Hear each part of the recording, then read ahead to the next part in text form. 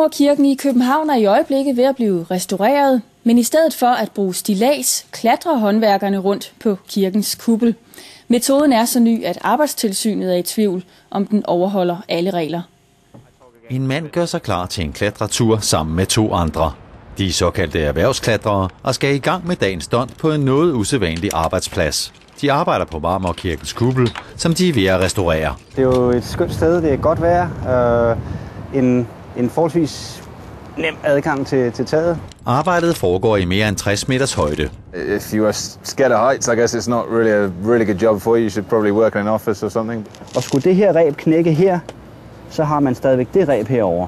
Det er tegnestuen Erik Møller Arkitekter, der står for restaureringen. Vi har taget fat i erhvervsklatrerne her. Det er faktisk et forsøg på at spare nogle penge på stilladset. Sorry.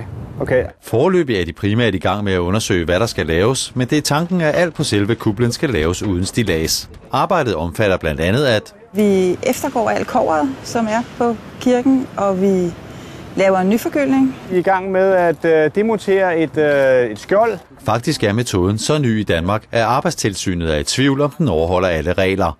Det sikkerhedsmæssige vurderer tilsynet umiddelbart er i orden, men de vil have undersøgt, hvor sundt det er at arbejde mange timer under de specielle forhold. For også at få ergonomisk nogle ordentlige arbejdsforhold. Men nu har vi et klarlæggende møde med dem i næste uge, og så håber vi jo på, at tingene kommer på plads. Klatrerne, der i dag var alene på kuplen, har lært restaureringsspecialister at klatre. Samtidig arbejder de også selv med på en del af håndværket. Det er jo utroligt skønt. Det er jo meget berigende. Og så har man jo også lidt en følelse af, at man er lidt speciel. Tegnestuen Erik Møller Arkitekter forventer, at restaureringsarbejdet på Marmorkirken er færdig ved udgangen af 2012.